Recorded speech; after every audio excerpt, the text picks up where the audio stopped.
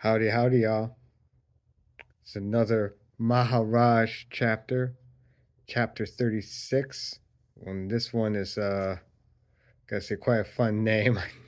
Not gonna be the most popular for the YouTube algorithm, but it's Killing Hurts the Killer, Not the Killed.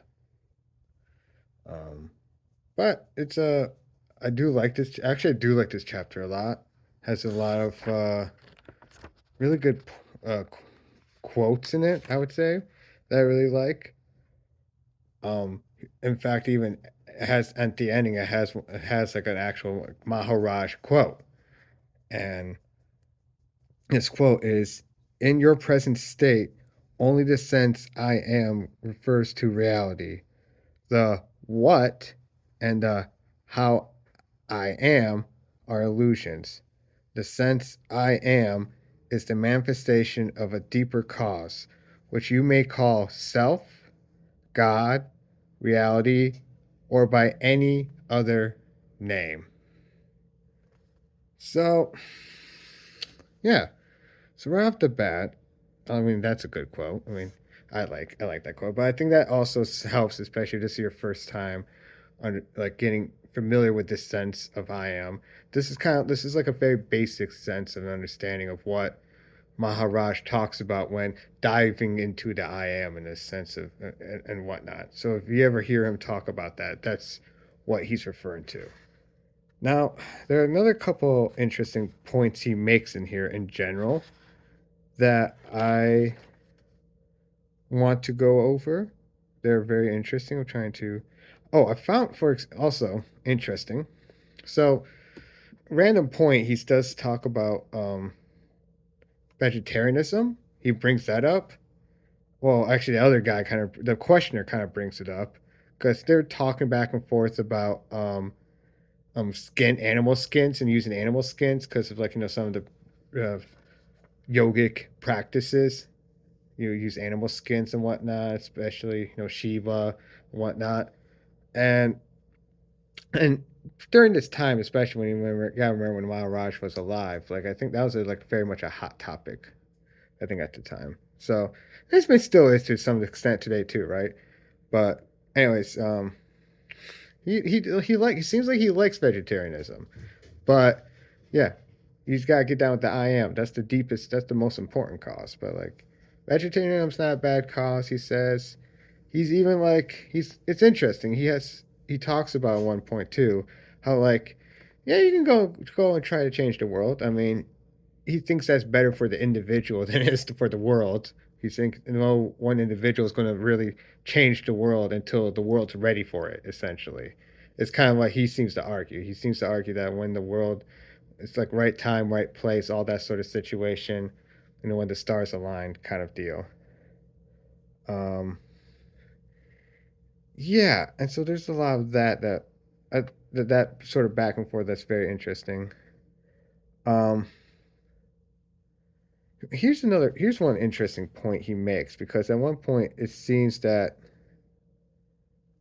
so here's a so at one point the question is the other day there was a talk about the use of the gani of animal skins for meditation. I was not convinced. It is easy to justify everything by referring to custom and tradition. Customs may be cruel and tradition corrupt, they explain, but do not justify. Maharaj's response to this, I think, is I like a lot.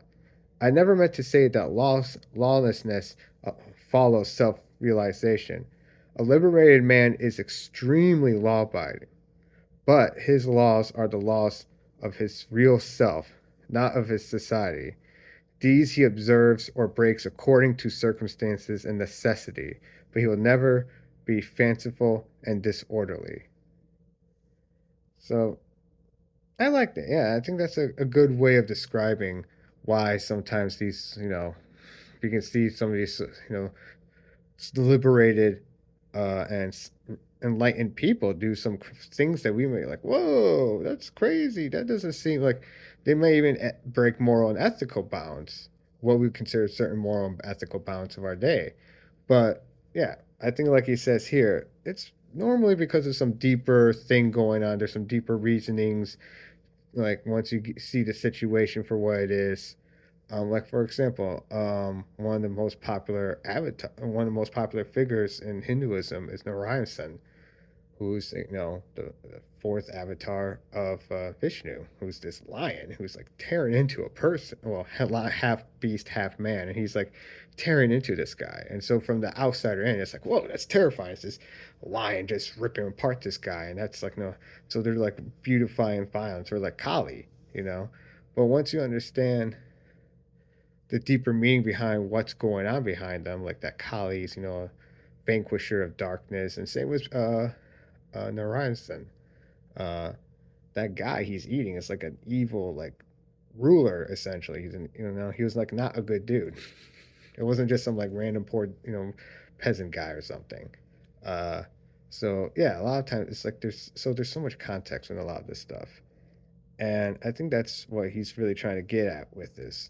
So I really liked that point. There's another point earlier in the chapter too that um ooh.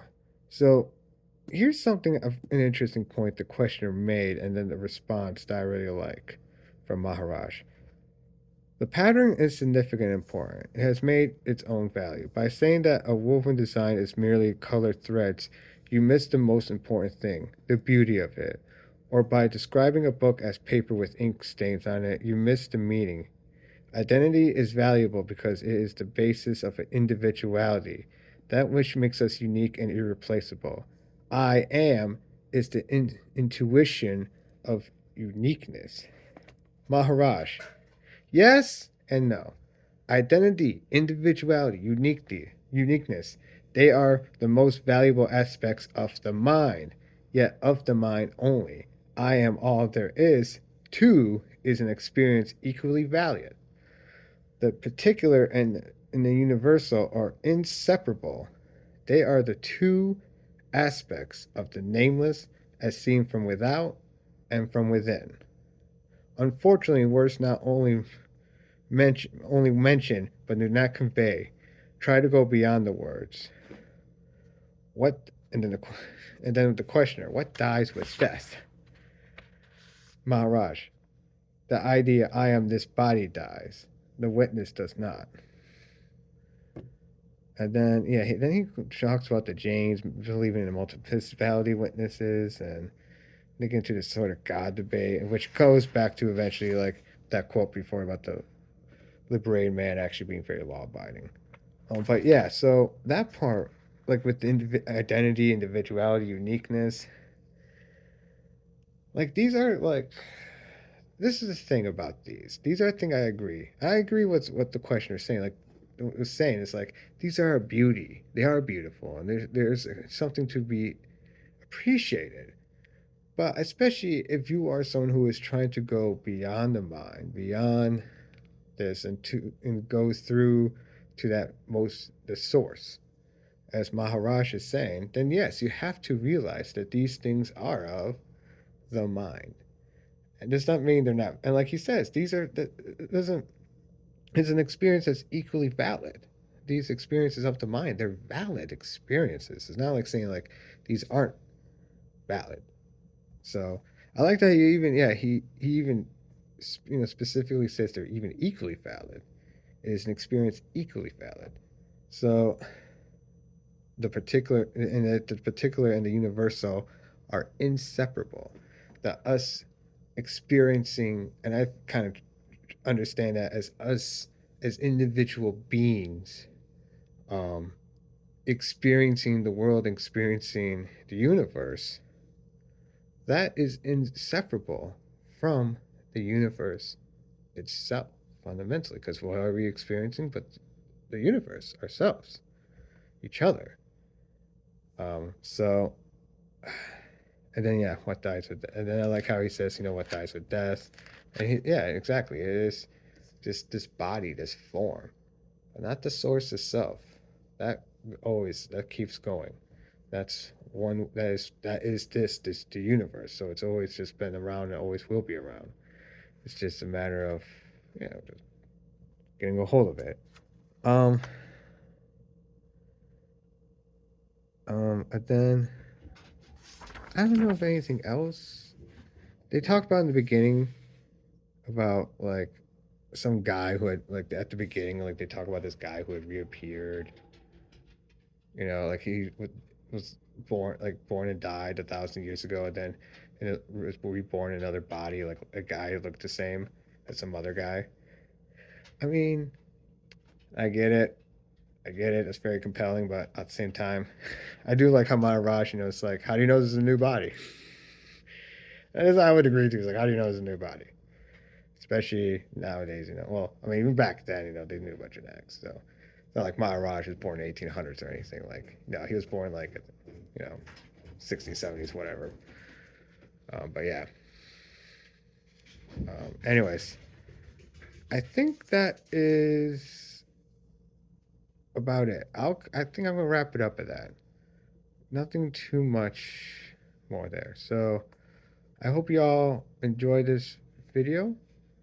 I hope you enjoyed this. Yeah, enjoy this video, and please, subscribe to the channel if you haven't already.